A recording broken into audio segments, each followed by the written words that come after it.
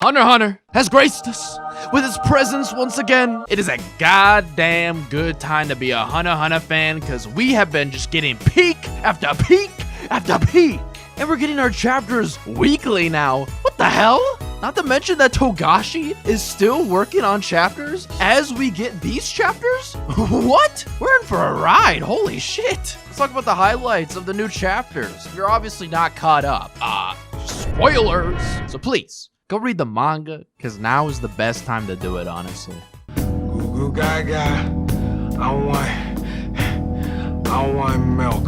In the first chapter that we get of this new batch, we get a huge ass nuke dropped on the face of the entire Hunter x Hunter community. So apparently, Beyond Netero has children that have been cursed since birth, thus awakening their aura nodes, making them go into a force state of 10 and Zetsu automatically. These babies are cursed with when they die, something very bad will happen. We don't know, and I don't think I want to know. And this is told to us by Long Hee, who is Tubepa's guard. And now they want to work with Kurapika and have Kurapika sign a Nen contract. If he fails to succeed in the contract, then he'll be put in a force state of Zetsu. But if everything works out, he can increase that Nen output, which is crazy. And finally, Long Hee drops the realest bombshell. The reason why they wanted to do this contract with Kurapika is because they think that one of Beyond Netero's kids is in actuality a prince of Kakin. And that just blew my mind. That's the sound of my mind. Cause I mean, the technical rules of the participants has to be someone who is a child of one of the official queens of Kakin, which means that it's entirely possible that Beyond Netero could have raised up a queen, done his thing, and entered them into the succession war. And that was just the first chapter. Next chapter, we basically get this entire plan. Balsamico Might is trying to kill Hulkenberg with this deadly poison. Let me tell you, essentially he's trying to give him the bubonic plague. Saridnik is absolutely fucking gaming, bro. All right, he's playing the new Dragon Quest, well on a treadmill, well talking, and consistently using his Zetsu. Bro, Salkov is flabbergasted. He's like, holy shit, bro. This man's on another level. This man might be the pinnacle of all Nen users. And Salkov just drops a tiniest little bit of dialogue that is so huge. He says, that's crazy, bro. He's got a Zetsu locked down. And I've known Zetsu since birth. Since birth, you say? Are you telling me you're a Netero baby, Salkov? And then for the rest of the chapter, we get Melody, Kacho Beast, and Kaiser. You know, Kaiser. He's part of the Justice Bureau and is totally not being manipulated by someone. Essentially, they're all like, hey, Fugetsu is using their ability kind of like a drug. You know who else is into drugs? Luzurus. I think Luzurus is causing Fugetsu to be drugged out. Why don't we kill Luzurus? And Kaiser's like, if we are going to kill Luzurus, why don't we use Fugetsu's ability to teleport? Kacho's Beast's like, actually, Fugetsu's ability only works if they bend to the location. Kaiser does a little anime glasses up moment. I already have a plan for this. We'll have the deceased Prince Kacho give a letter to each of the princes delivered by her twin sister Fugetsu. Thus, Prince Fugetsu can not only enter the quarters of just Prince Luzurus, but also all the other princes as well. You know, just as a backup. Why did I give Kaiser such a cool voice? He does not have that aura, bro.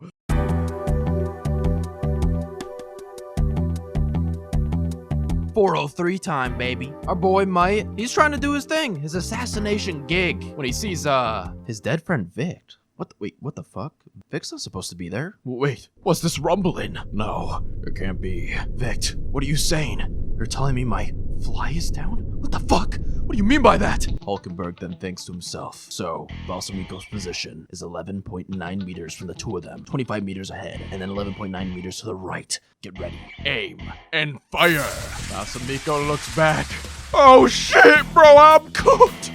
Togashi can just not stop dropping bombshells. Because what we learn next is that Hulkenberg is actually the biological son of First Queen Unma. I mean, the schnauzer kind of explains everything. They all got the same schnauzer. Benjamin, Unma, Hulkenberg, Nick. Wait a minute, he don't got a schnoz? And we do another cut. Melody, Cacho Beast, and Kaiser have succeeded on their mission. They're able to get the letter to Luzerus, as well as some of the other princes. You know, excluding the obvious, Hulkenberg, Meruem, you know, because Hulkenberg kind of doing his own thing. Meruem kind of in a pocket dimension. And then fourth prince, Saridnik, also said no. And he quoted, saying, get rid of it. My man accepts no fan letters, all right? He's too busy gaming. Also, Kurapika's a big new idea. He's gonna reveal Queen Oito's letter to the public. Hopefully getting some higher ranking princes involved so that he can make sort of an alliance. A total drama alliance, one could say. Then Benjamin gets a ring-a-ding-ding. The phone is ringing. Yes, hello, who is it? Why, it's me, Balsamico Might. And then we look over and we see that it's actually Balsamico Hulkenberg. On to the next chapter. So, third prince Zang is like, hey, Kurapika, can you kind of figure out how my stand works? My JoJo's Bizarre Adventure stand? Kurapika's like, don't you mean your Nen Beast, bro? He's like, yes, my Nen Beast. How does it work? It poops out coins. What do they mean? Kurapika takes a good look and is like, okay, I see. I understand everything. Essentially, Zang's point works as they'll gain value after 10 days. And that 10 days will keep increasing, so it will become 10. And eventually, if you get a super high number, you just start waking them. No time, no opening, you just start waking them.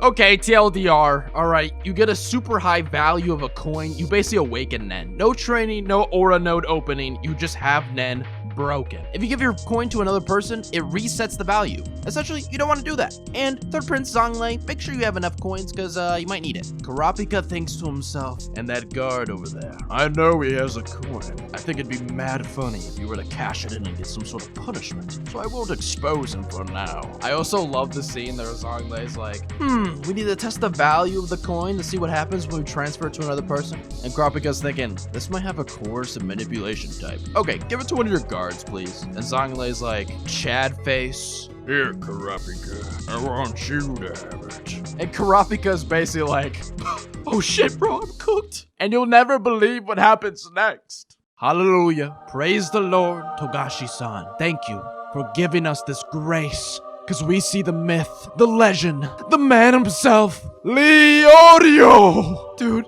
it's been fucking years, bro. And now he's here. Leorio in the flesh. Oh, and Cheadle's there too, I guess, but he's doing his doctor thing, bro. He's saving lives, or he's trying to, because Hulkenberg's not looking too good, because that's who he's trying to reel into the hospital room right now. Togashi's also like, yeah, Leorio's a power output. It's just too powerful, bro. Just him appearing on a single page could break the fabric of reality, so we gotta put him away for now. And I'm like, all right, respectable. At least he is not forgotten. We know that he is on Togashi's mind. Then we see Hulken D. Might, and he gives us an explanation of his ability. TLDR, so the people swap souls. If one soul were to die in a person's body, now they both occupy the same body. When one's asleep, the other's awake. When that person goes to bed, now the other wakes up. And my man Hulk, he ain't playing around. He basically says, I got 10 hours to win this war. And he's determined. Do you see this page of fucking a knight over 1 million corpses? That is Hulk right now. He is the knight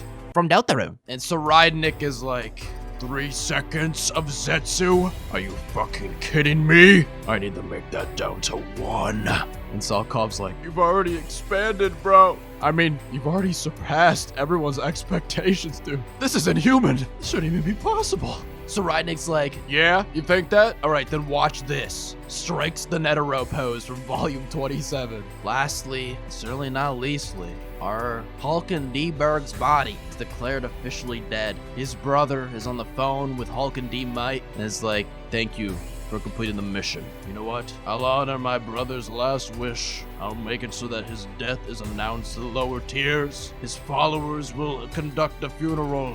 I appreciate you. Totally Balsamico Might and not my brother. Hulken D. Might is like, thank you, sir. Or should I say, brother. And Hulkenberg is declared dead throughout the entire boat. And the Phantom Troupe look up and see it. And they're like, was this a prince that was back in the mafia? No.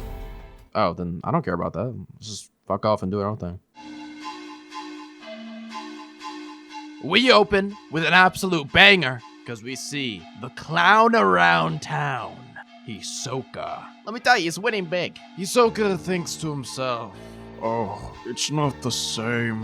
When I heard about those ants, I'm just turned off. I don't care about no beasts. and that tremendous rumbling. Oh, I thought it was gonna be so invigorating, but it was just a bunch of group of people and a Nen beast. How disappointing. You see, what I like, it's just a normal taste. Someone one-on-one who I can actually go to Pound Town with. And I don't mean that in the way you're thinking. I mean, I will literally pound him to the ground. And around that very corner, we see Hisoka? Wait, what the fuck? Why is another Hisoka here? So Benelinov was told by Chrollo to turn into Hisoka because he's got a brand new ability that we learn about this chapter, Metamorphosis. He can essentially turn into someone that he's talked to in person for as long as he's talked to that person. And, Hisoka used to be a member of the troupe, so he could be Hisoka for a very long time. You know who else he can be for a very long time? Owl, one of the Shadow Beasts from the New York arc. I meant York knew. My bad. However, this information is not at the cost of our readers' morale. Because R.I.P. Lynch, she was interrogating Benelinov using her little punchy fist, and Benelinov was like, hey, I can't have that. Alright, time for you to die. That's just so sad. I liked her ability, bro. It was so cool. It honestly really helped with all this body swapping and transforming stuff that we got going on. But Togashi was like, she too OP. Time for her to die. You know, and I praise the Lord again, because what we see next is our man Chrollo in the flesh. He's walking. He's wearing a goofy odd jacket, I am not gonna lie. And who's that man on the big screen? Why is It's Amy Rose, of course.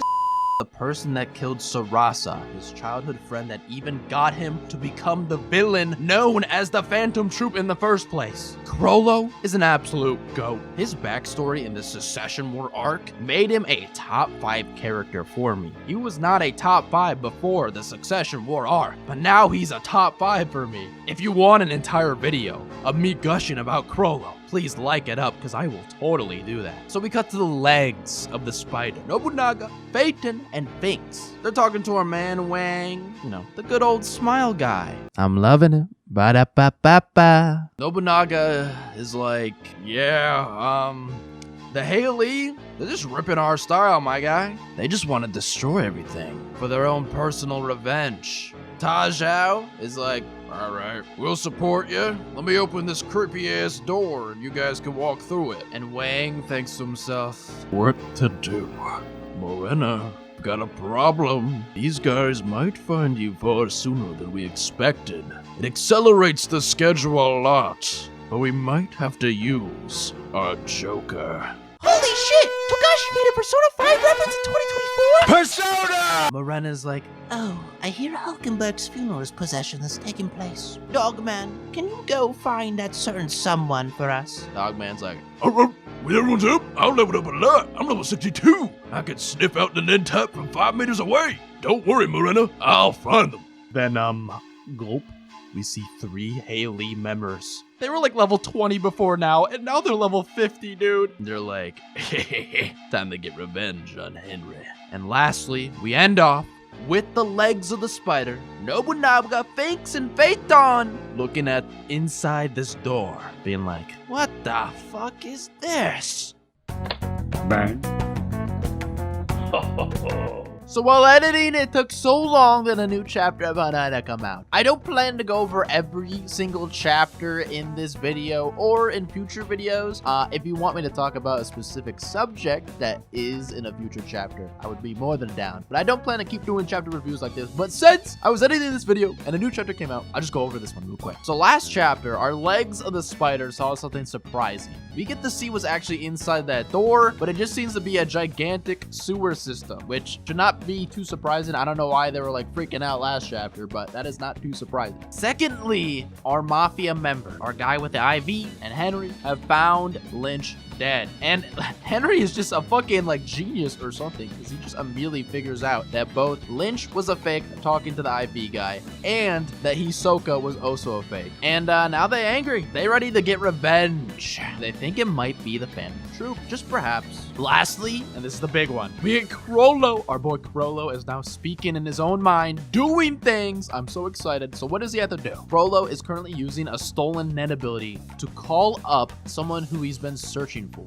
And it looks like he can't seem to find that person. And he thinks to himself, the reason why he's here is because he wants to steal the 3 sacred treasures of Kakin. The seed urn, the one that awakened the Nen Beast in the princes. The sacred object Go Shintai that watches over the entire succession contest. This is kind of clearly the big hands that come at you if you try to leave. Finally, the blade of divine favor that will be passed on to the new king. And Chrollo even mentions that he knows about the succession war, which is huge! That's huge knowledge. And Chrollo definitely knows that the succession war is connected to those objects and that they're definitely on tier 1, which means that Chrollo could be getting involved in the succession war very soon. So Chrollo has a bombshell that dropped. Hello, Chrollo. Thanks for the bombshell.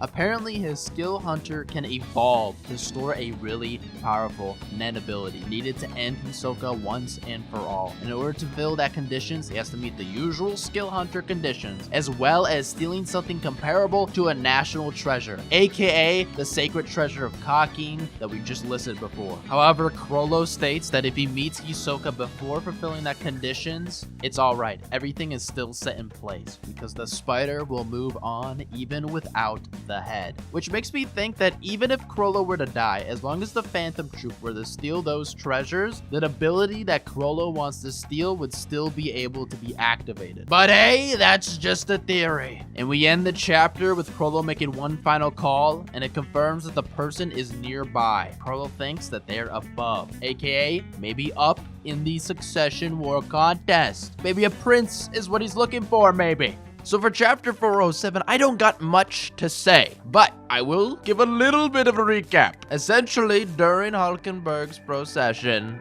the Cyrenaic childhood friend group, yippee, are kind of missing someone. They're missing Borkson, who seems to have been captured by Morena. And Morena be like, all right, Borkson, let's play a game. And she whips out her limited edition Nen card game TCG, holo colored, and special edition 1. Essentially, this is a negotiation game where you have yes or no cards, as well as some other funky cards like a Joker, a return card, as well as the mysterious Twitter icon card, which allows them to choose an answer that is not yes or not no.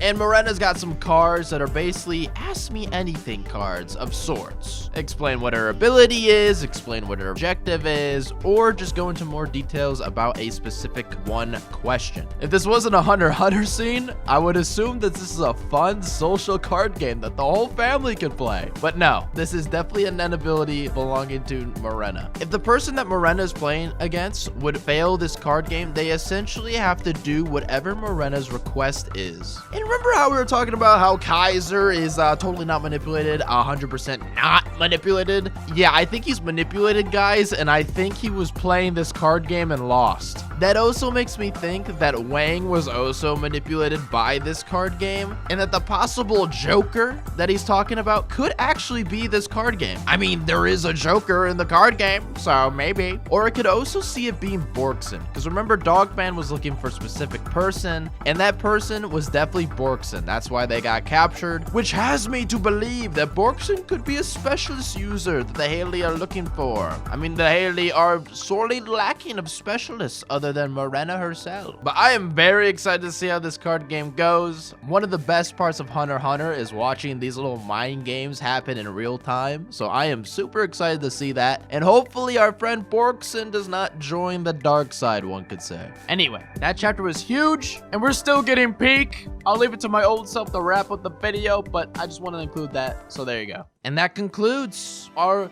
current batch of Hunter x Hunter chapters. I'm not just gonna recap all the chapters, bro. I gotta give my opinion. I gotta give my piece. My one piece. So who is the Beyond baby? I got my money on Saridnik. I mean, he strikes the pose, bro. And now knowing that Hulkenberg is actually the son of First Queen Unma, both him and Benjamin have the schnoz, but Saridnik doesn't.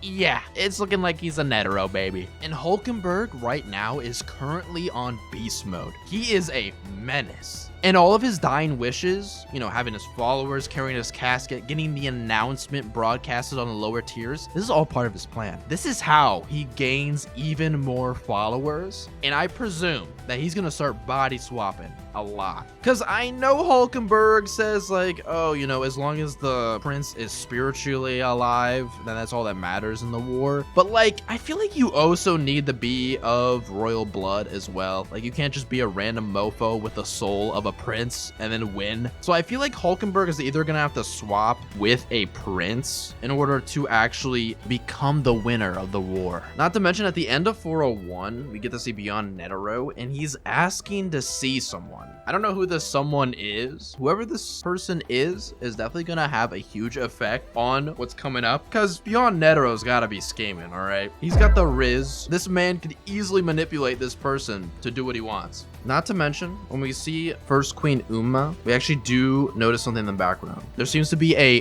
crib. Who could this baby be? I mean, probably like either Benjamin's child or a possible Netero baby, but it's just a very interesting detail. And honestly, I feel like 7th Prince Loserist is not gonna be dying in the assassination attempt. I feel like it's way more likely that Fugetsu is going to die before Loserist. We know that Loserist's Nenbi sort of sets up traps as things that people desire the most, and then the trap is sprung once they, you know, go after that thing. And seeing as Loserist is a druggie, it would make the most sense that when the trap is sprung, it sort of creates a drug-life addiction in the target, kind of like what's happening to Fugetsu. But I know that some people are saying, oh, well, you know, Guardian Nenbis can't harm other princes. Which gives me one of two options. The second one that I agree the most with. First of all, either this is not a direct attack, it is just laying out these traps and anybody who comes into contact is affected, so it's technically not directly harming a prince. Or two, he could be a specialist. Specialists don't follow the typical rules of a Nen user, and they can have a Hatsu before they even know anything about Nen. And so maybe his ability is to just make people drugged out on their own Nen abilities. So much so that they're draining their own life force and causes these little exorcist spirits to appear. So, Zhonglei's ability. Something that I wanted to add on is also how Kurapika says that Zhonglei should keep a majority of the coins to himself. So currently the running theory is that after a long time of days, the coin will get enough value that you just awaken Nen. So what I was thinking is that if Zhonglei has enough coins for that value to equal enough to get Nen, he can cash in multiple coins at once and potentially get a Nen Hatsu right off the bat. So this ability goes from something way off into the future after he's already become king to something that can help him out right now. And I also think it's important detail noting that the coin changes the face depending on who has possession of it, if it's someone else or the prince himself. So there could be ability attached for when the prince himself checks in the coins. He could possibly get something completely unique from anybody else. But that's all my theories, alright? I am hyped. Hyped to see what Hunter x Hunter has next. I'm living the dream, bro. I got to see the GOAT. And honestly, I'd be down to talk more Hunter x Hunter. I'm invested in this succession war. So if you want to hear any sort of topic about Hunter x Hunter, especially the stuff going on in the manga, please let me know. Maybe I'll make a video about it. Don't forget to hit that like and subscribe. It really does mean a lot, and it really does help with these videos. And we're almost to 1,000 subscribers. That'd be a huge milestone, and I hope I can reach it with all you guys. Thank you all so much for watching. I hope you have a good rest of your day. Adios, and bye-bye. Who is that? I'm enacting martial law on the toilet right now. Benjamin, I'm here.